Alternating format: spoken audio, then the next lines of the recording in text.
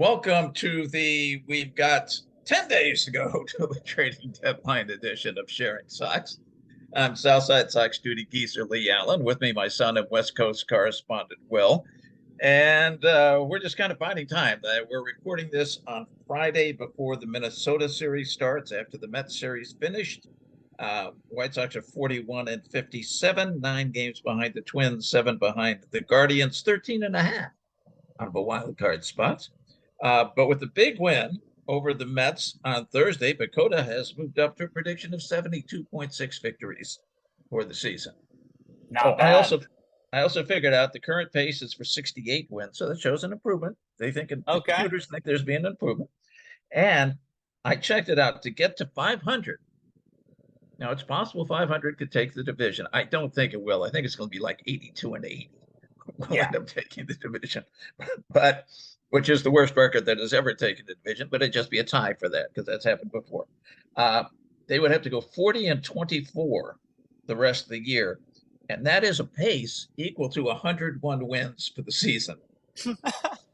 I don't think anybody believes this is a 101 win baseball team. I don't think I'm buying that they go 24 and 40 for the rest of the year. Well, we do have to, before, obviously it's easy to talk about what's not going well. But on Tuesday, we were the best division in all of baseball. On Tuesday and only Tuesday, we were the best division in all of baseball. We talk about the AAAL Central all the time, but we were at least the AAAL Central on Tuesday. Offensively. Yes, offensively, yes. We were, I think it was the first time in over 20 years since a division, every single team scored over 10 runs on the same day. So that's, I think this past Tuesday is a day we will look back at fondly for the 2023 AL Central. But the White Sox, I believe we can just, the rotund lady can now sing this season. I think the rotund lady is deep into the aria and is in fact on the third verse. We're in Act 3. They've already had 2 meal breaks at this opera. She's coming out for the 11 o'clock number. She is absolutely crushing it.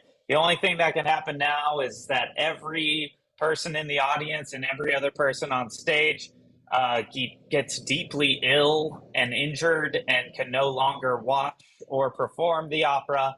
And by that, I mean the AL Central has to collapse like a dying star at this point for the White Sox to even have a chance in the worst division in baseball. It's not going to happen. Baseball history. Baseball history, yes. It is over. It is over, White Sox fans. I'm sorry if you are tuning into this podcast for the first time that you have to hear us calling the end of days, but that is where we are. It is over.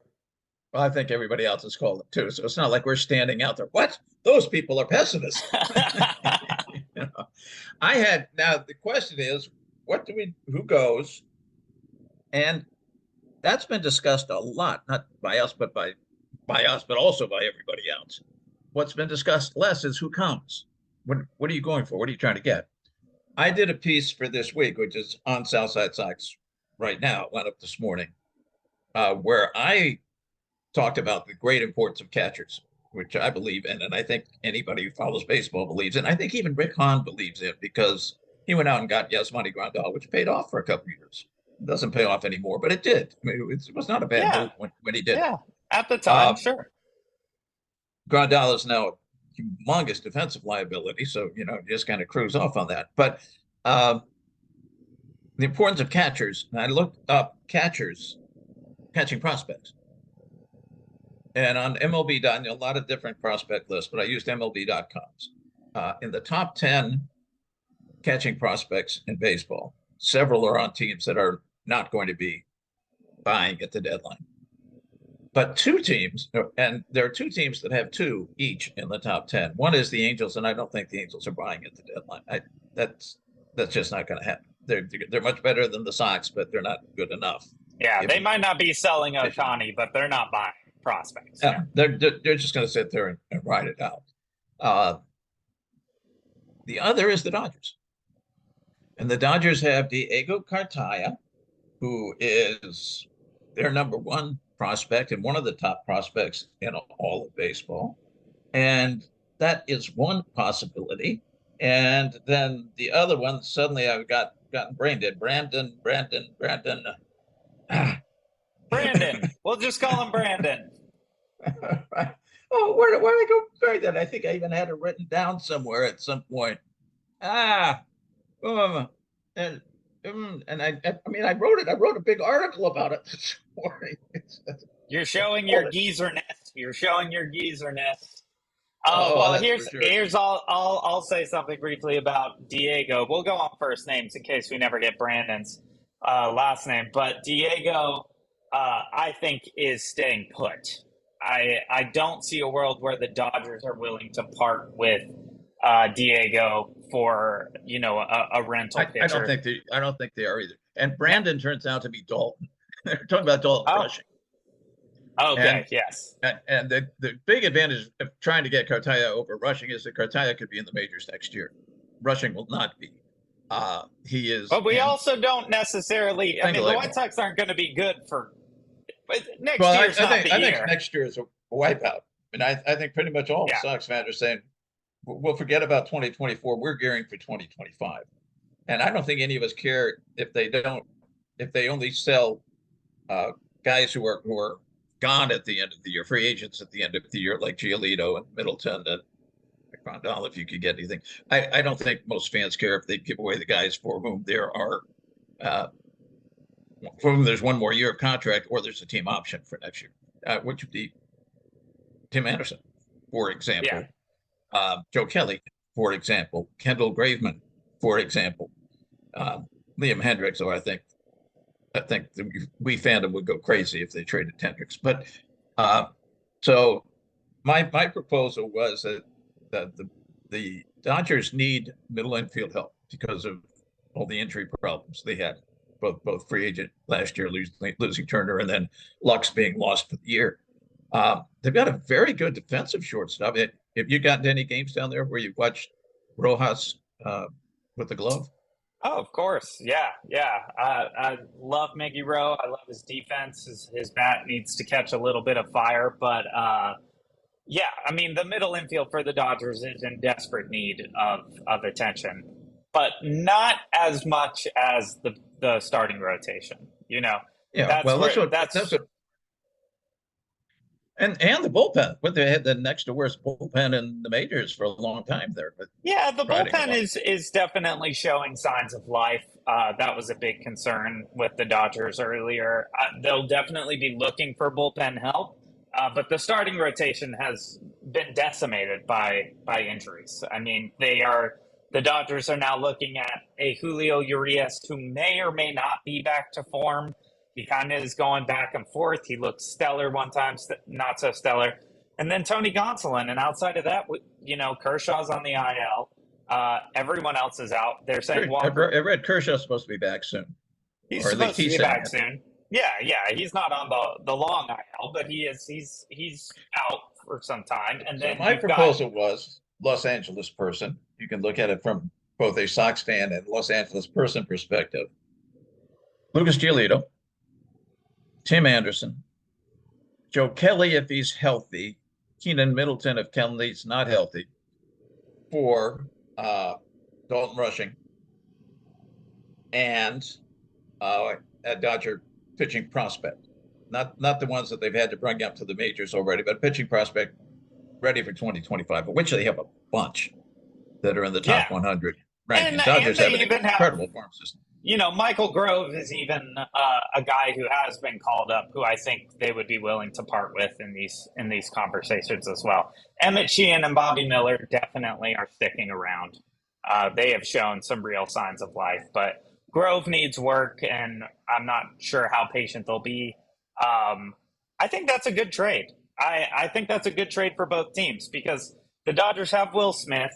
They have Diego waiting in the wings. So they're really they've got Will Smith. I looked that up. They've got Will Smith for 3 more years, who is basically the second best catcher in baseball. Yeah, I mean, Will Smith's incredible. He's such a great player, and the Dodgers fans love him.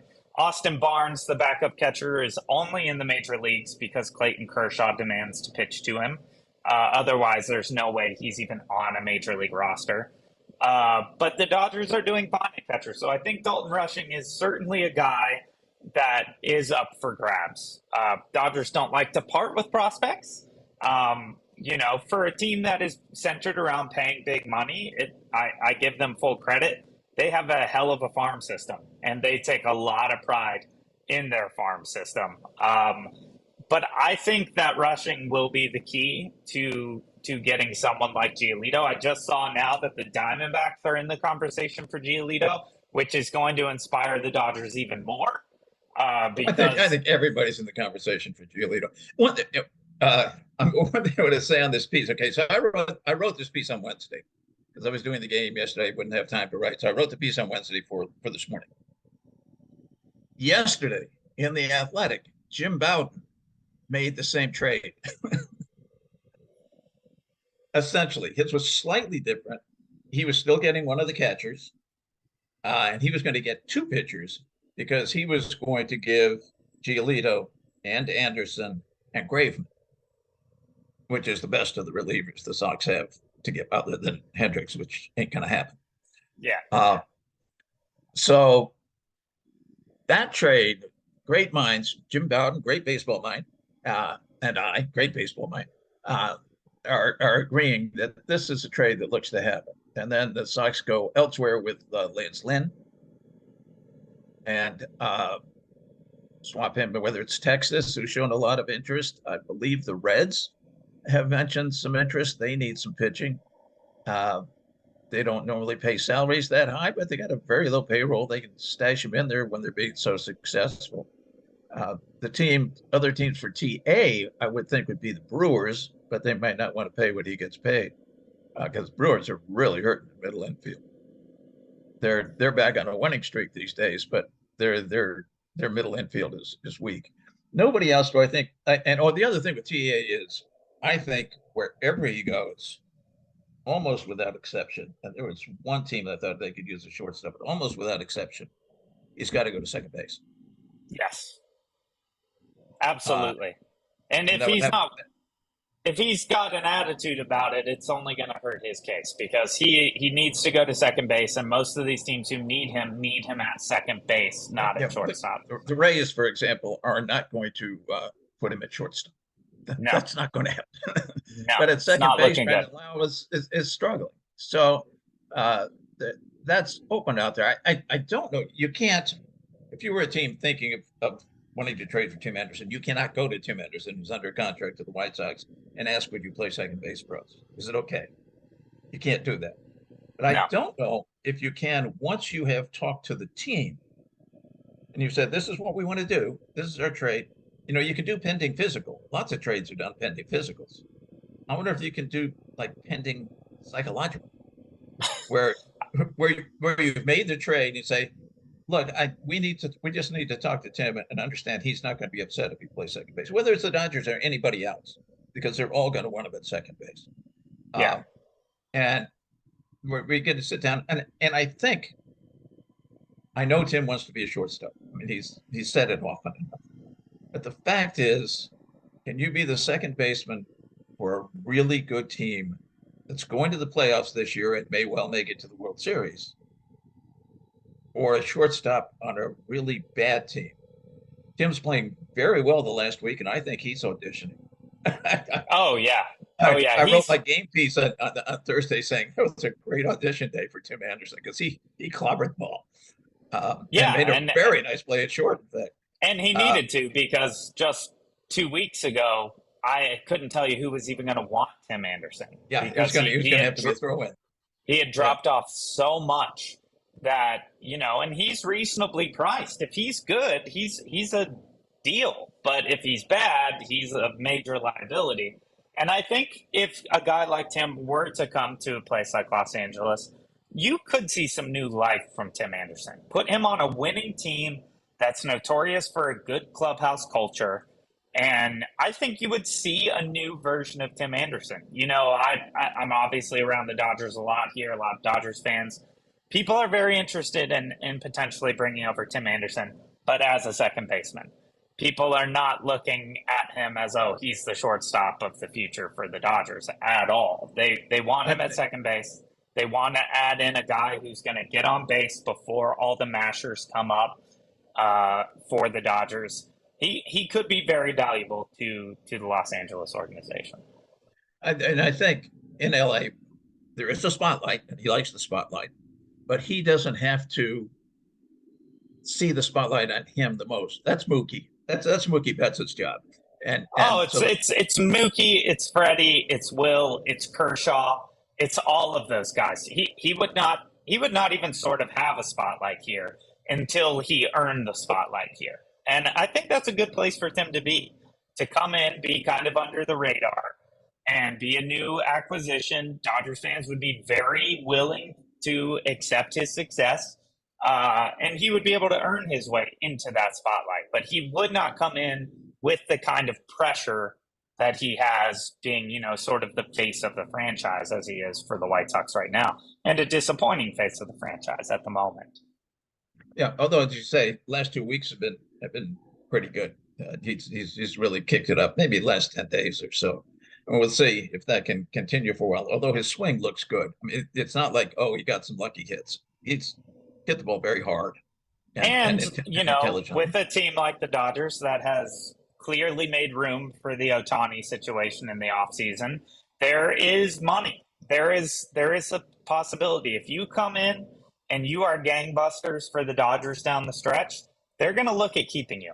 And they've got a team option. So yeah, so that is a real serious consideration. So I do think it's a good fit.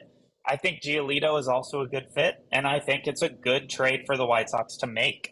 I don't think they're going to get a better package anywhere else, but a lot of teams are interested in these guys, and prices go up as we get closer to the 31st. Well, that's an interesting thing that is concerning. We always think of the sellers are the ones who want to wait until the 30th or the 31st because the buyers are getting more desperate and more. But I saw something recently goes, maybe that goes two ways a little, which is as we get closer, because all along Giolito has been the number one pitcher, even the number one other than Ohtani, the number one player that would be eligible at the trade deadline. Not so what I've seen the last couple of days. And the reason for that is that other teams are now kind of, we're going to have to sell. One of the main ones being the Cubs, which means Marcus Stroman goes on the block, and all of a sudden Giolito's down to the number 2 pitcher or number 3 if you include Ohtani. So the Sox could lose a little bargaining power if that happens. And I'm only paying attention to the Cubs because I sit a mile and a half from Wrigley Field. But I'm sure it's true of other teams as well are going to have players that could go into the Mets. I mean, there's talk about Scherzer. Yeah. I mean, that's a big bloated contract, which is a different scenario than with Giolito and Stroman. I mean, if Stroman is really on the trade block, which he is, because the Cubs are not interested in a long-term deal, I mean, that is the guy to get. That is absolutely the guy to get. And I think you're right that if the White Sox were smart, which they are not, but if they were, I would be looking to unload Giolito at some point in the next couple days versus waiting to the deadline, because exactly what you're saying, some of these other guys over the next week are going to all of a sudden become available. And that's when the prices on these White Sox guys, Giolito, he's good, but he's still a gamble.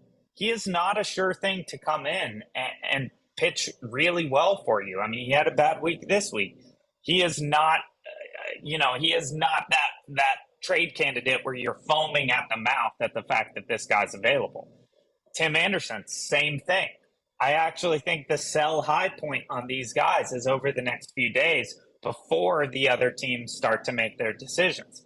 Because as soon as the White Sox get in a spot where all these other players are available, then their guys actually aren't looking as good. And they're not going to get, 4 prospects for this load whereas they might just get 3, they might just get 2. And I totally agree with you. Do I think the White Sox are going to do that? No. I think they're going to wait till the last second, and they're going to end up, with their foot in their mouth like they always do. But I think that's an astute observation. And you know how much I don't like saying that on this podcast, that you are making an astute observation. And I truly think you're spot on about that. But let's take our break here. When we come back, we'll talk more about this. And we will talk about what the White Sox see moving forward. I guess they still have to play the rest of the season technically. But yeah, we will hit that when we get back. Thanks so much. And we'll be right back on Sharing Sox. Welcome back to Sharing Sox. We talked about Giolito and Tim Anderson as trade bait quite a bit in the first half. Who else do you think we could be seeing head out from the organization? Bob Nightingale had said 6 guys are going to be gone. 6 pitchers are going to be gone at 50-50 on Tim. And he had Giolito. Lynn, I think Lynn's going to be gone. Yeah. He who shall not be named. I don't know anybody will take him. I don't know if anybody's interested. Why did you want him? I would think if you got extra hot dog vendors, maybe you swing them over, but we don't want just any hot dog vendor. We're Chicago hot dog. We're proud of our hot dogs. We can't have. We do hot dogs very well in Chicago, so we need a serious hot dog vendor. And then the relievers, he included Bummer, which would be a surprise. Aaron pitched well yesterday, incidentally, although he's had real struggles this year. But he's under contract for a couple more years. There are people talking about Cease. Houston really wants Cease. Well, Cease is under contract for about 2-3 more years, so that's not going to happen. I think the Sox cannot aim for we're going to rebuild for some time in the far-flung future. They have to say 2025. By God, we got it.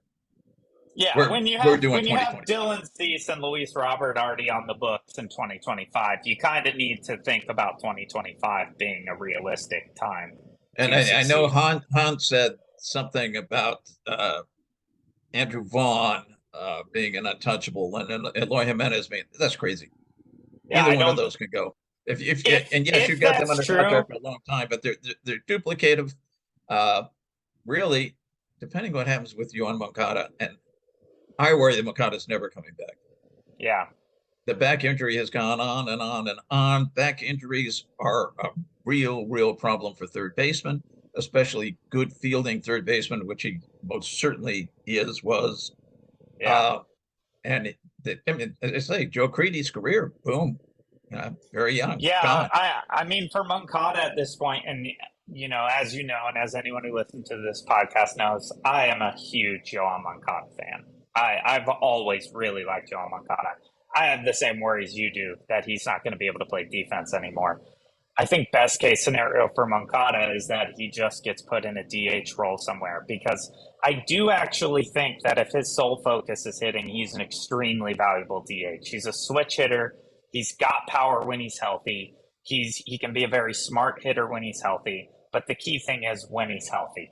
And that could mean it's the end of Moncada's defensive career, which is a bummer because, sometimes we see really good. We see absolute Gold Glove caliber defense from Yoan Moncada when he's healthy. But if sacrificing defense means he can step into a DH role and be a more, full-time guy, I think that's interesting. But we just don't have the information available right now that says he's going to be healthy enough to even do that.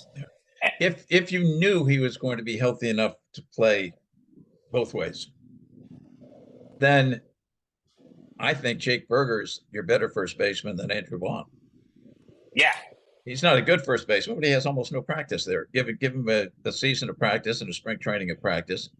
One of Vaughn's problems that there's absolutely nothing he can do about is that he's 5'10", and right. That's a small target at first base. Berger looks like he's 5'10" because he's got a little Pillsbury Doughboy in it.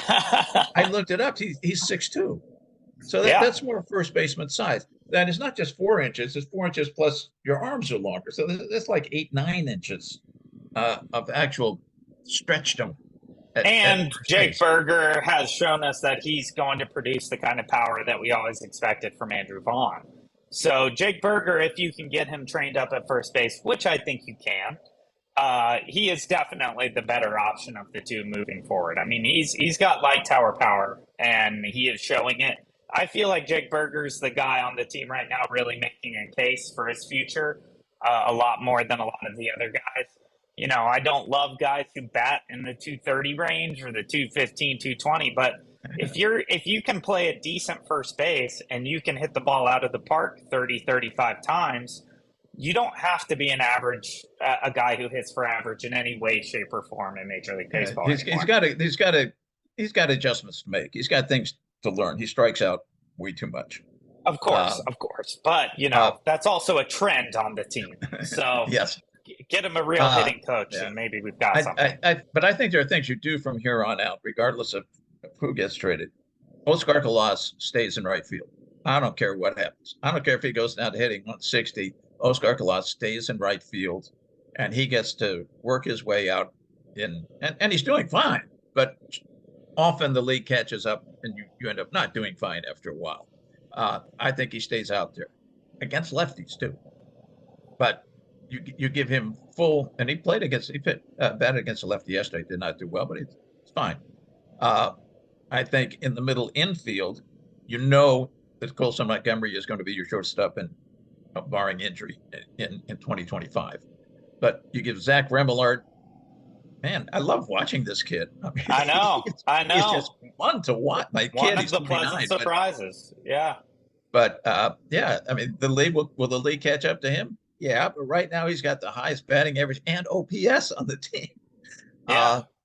And he has played enough that it's not like, they didn't notice that he can't hit high fastballs or whatever the case might be. He plays smart defensively as well as offensively. Maybe bring up Lenny and Sosa, because you got to have two middle infielders. It's a rule. Because you got to have two on each side. That's the new rule. Yes, you could have just had three third basemen before. Yeah. Maybe bring up Lenny and Sosa. Romy's out for the season. I don't think Romy's ever going to be a major leaguer. It is possible that Lenine is. He certainly has not shown it in the two times he's come up, but give him a shot. It doesn't matter if the White Sox lose every game from here on out. It just does not matter. It does not.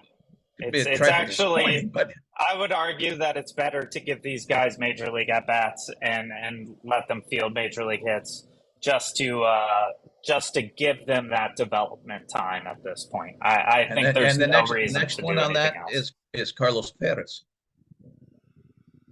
Turn Yaz into DH. I mean, try. I would because teams have lost catchers to injury. Nobody's going to take Yaz at $6 million for the last third of the season.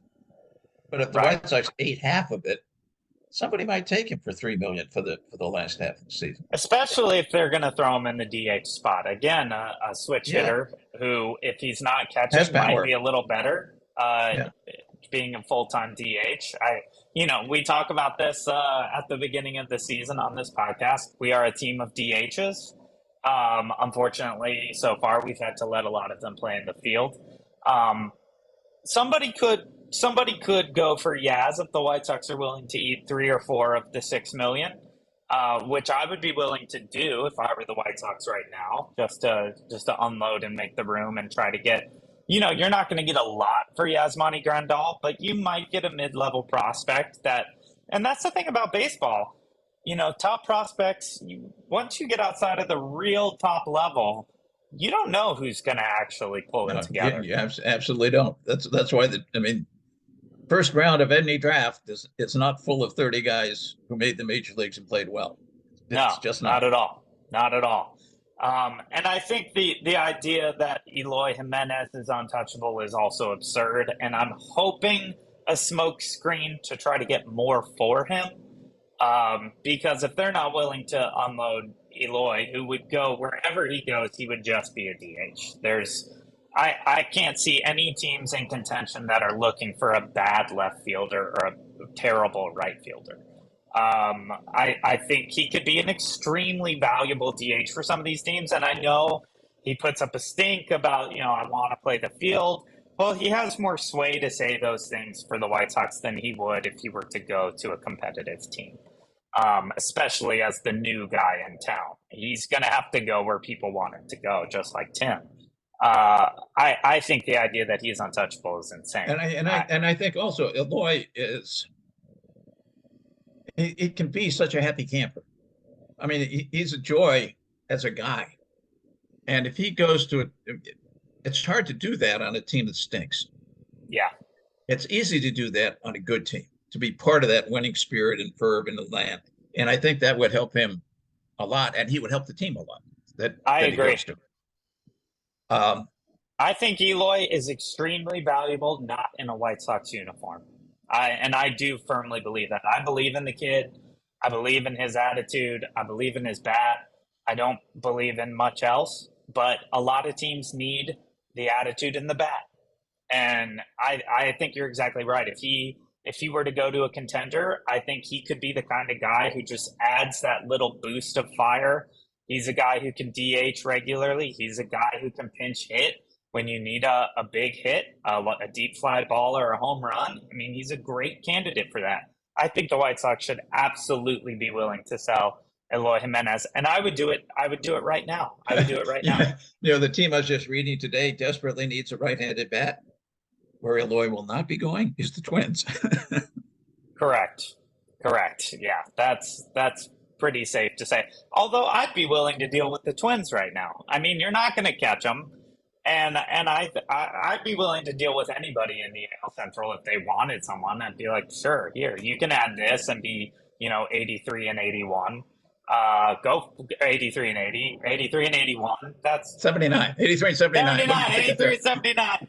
Oh my gosh, the dog days of summer are affecting all of us. Hey, I got Brandon on my watch. Yeah, that's true. That's true. I think they should be willing to send him anywhere if the price is right. Absolutely. And then Vaughn, I just don't understand the holding on to Andrew Vaughn thing at this point. I understood it 2 years ago, but now, I mean, we've seen enough, and he's dealing with injuries. If you can get anything decent, again, he's not a bad baseball player, but he's not going to be a great baseball player. It's just not going to happen. No, and he could be totally average, and I think you could see a decent prospect return for Andrew Vaughn. Again, you're not going to get anybody's top three, but you could get some. Well, except there's multiple years of control with Vaughn, so there's that ups his value.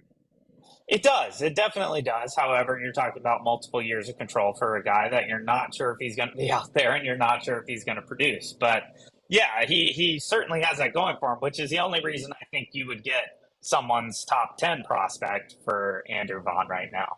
Whereas I think if you wait till next year, it might not happen for you. So I would unload all those guys. I absolutely would. There are two guys on the roster, three if you include Hendricks, where I would say you can't touch these guys, and that's Dylan Cease and Luis Robert, and I think you build the team around those guys right now.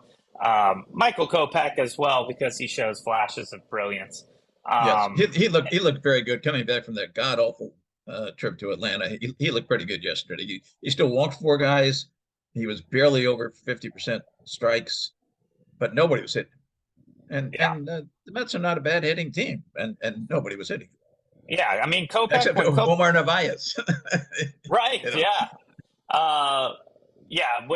he is a guy where you have no clue what Michael Kopech you're going to get, but when he's on, it's video game stuff. I mean, it's just silly how much break he gets on the ball when he is on. So, I think he's a guy you got to hold on to and keep developing. But outside of those 3/4, I think this is a team where you should be pretty much willing to part ways with anyone else for the right price at this moment. Will it happen? No, you're not going to get offers on 23 guys, 22 guys, but definitely I think everyone else should be available at this point. That is about all the time we have for this week. Do you have any final thoughts before we... Well, coming up immediately, we have 3 in Minnesota, and then home for 2 with the Cubs and 4 with the Guardians. I'd said earlier it doesn't really matter if they win any games the rest of the year, but I make an exception to that. I was wrong. The 2 Cubs games, they have to win. Yes, yes. Let's beat the Cubs. Let's absolutely do not sweep the Twins. Do not sweep the Guardians. Don't make it look like we are a contender. We are not. But yeah, bring the. I would just rest everybody through those, and then put everyone out for the 2 games against the Cubs, so we can at least end with bragging rights. I don't care what the rotation is. I would make sure it's Cease and Giolito, or Cease and Kopech. Giolito's gone. Just focus it all on those 2 games for bragging rights within the city, and let everything else go to hell. That silence tells me we are in agreement. You heard it Oh, here yes. first. No, I thought I'd already done my last words. Oh, okay. Well, that is all the time we have for this week. I'm excited. Next week, we'll probably be recording right before the deadline. We might have some moves done by then, or we might be just on the brink. Either way, the picture will become clearer, and that will be an exciting podcast for us here. Thanks for listening. We'll catch you next time on Sharing Sox.